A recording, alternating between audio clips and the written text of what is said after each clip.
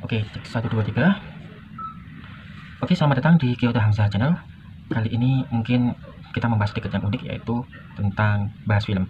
Dan yang kita bahas adalah film yang saat ini tengah tayang, yaitu Avatar 2 The Way of Water. Ya, mungkin sudah banyak ada yang mempresentasikan ataupun memaparkan entah itu sebuah review ataupun persepsi tentang apa yang dilihat. Nah, untuk saat ini mungkin saya akan memberi sedikit mengambil secuil cerita dari Avatar kedua yang merupakan lanjutan dari sequel sebelumnya, dimana ini kita melihat bahwasanya biasanya manusia akan menjadi tokoh utama, tapi di sini kita justru menjadi antagonis, dimana tempat para lakon yang orang-orang biru itu dieksploitasi, diambil hasil buminya, dan bahkan diburu hewan-hewan yang ada di dalamnya. Nah, yang ingin saya bahas adalah tentang hewan-hewan, terutama si ikan paus yang namanya tulkun. Nah, namanya unik juga ya. Ya, nama ikan paus yang di sana adalah tulkun. Jadi, di pertengahan film saya melihat ada bukan ikan sih, mamalia yang ukurannya jumbo. Mungkin kalau kita menyebutnya seperti ikan paus dengan beberapa modifikasi, dengan penyesuaian dan banyak macam. Di sini ikan paus yang bernama tulkun itu bisa berkomunikasi sesama makhluk maupun lintas makhluk. Salah satunya adalah si lakon tersebut, anaknya si ini siapa namanya, Sulihu. Yang unik adalah ikan paus ternyata diburu oleh manusia, diambil dan minyaknya, kemudian udah dibiarkan begitu saja.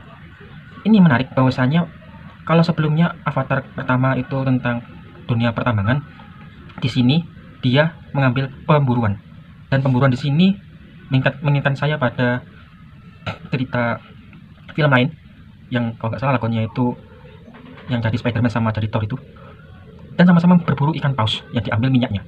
Nah, apa yang menarik, ternyata di dalam film ini pemburuan ikan paus itu bisa membuat kita berpikir, apakah kita ini ya rakus ataupun kita butuh. Tapi gimana? Jadi begini, di dalam sejarah di dunia nyata, pemburuan ikan paus itu memang benar-benar ada serta masif sebelum ditemukannya minyak bumi. Minyak yang ada di dalam ikan paus biasanya dijadikan lentera ataupun bahan industri, dan mungkin menjadi uji coba untuk bahan mesin, karena pemburuan ikan paus mulai populer di saat revolusi industri itu terjadi. Serta ini menariknya bahwasanya kita mengambil minyak yang ada di hewan, salah satunya di tulkun itu, untuk pengobatan dan dihargai sangat mahal.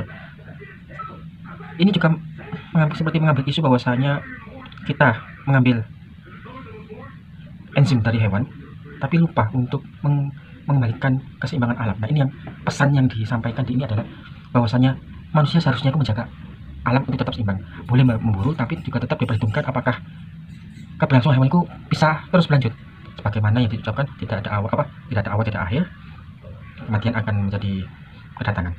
Itu adalah membahas tentang siklus.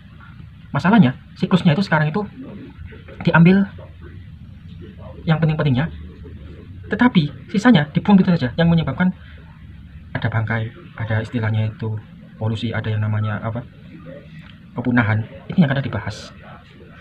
Dan pemburuan di masa lalu memang ada, hanya saja caranya berbeda. Kalau masyarakat Austronesia, setelah diambil minyaknya, dagingnya juga dimanfaatkan untuk entah dibuat ikan asin atau tulangnya dibuat perabotan.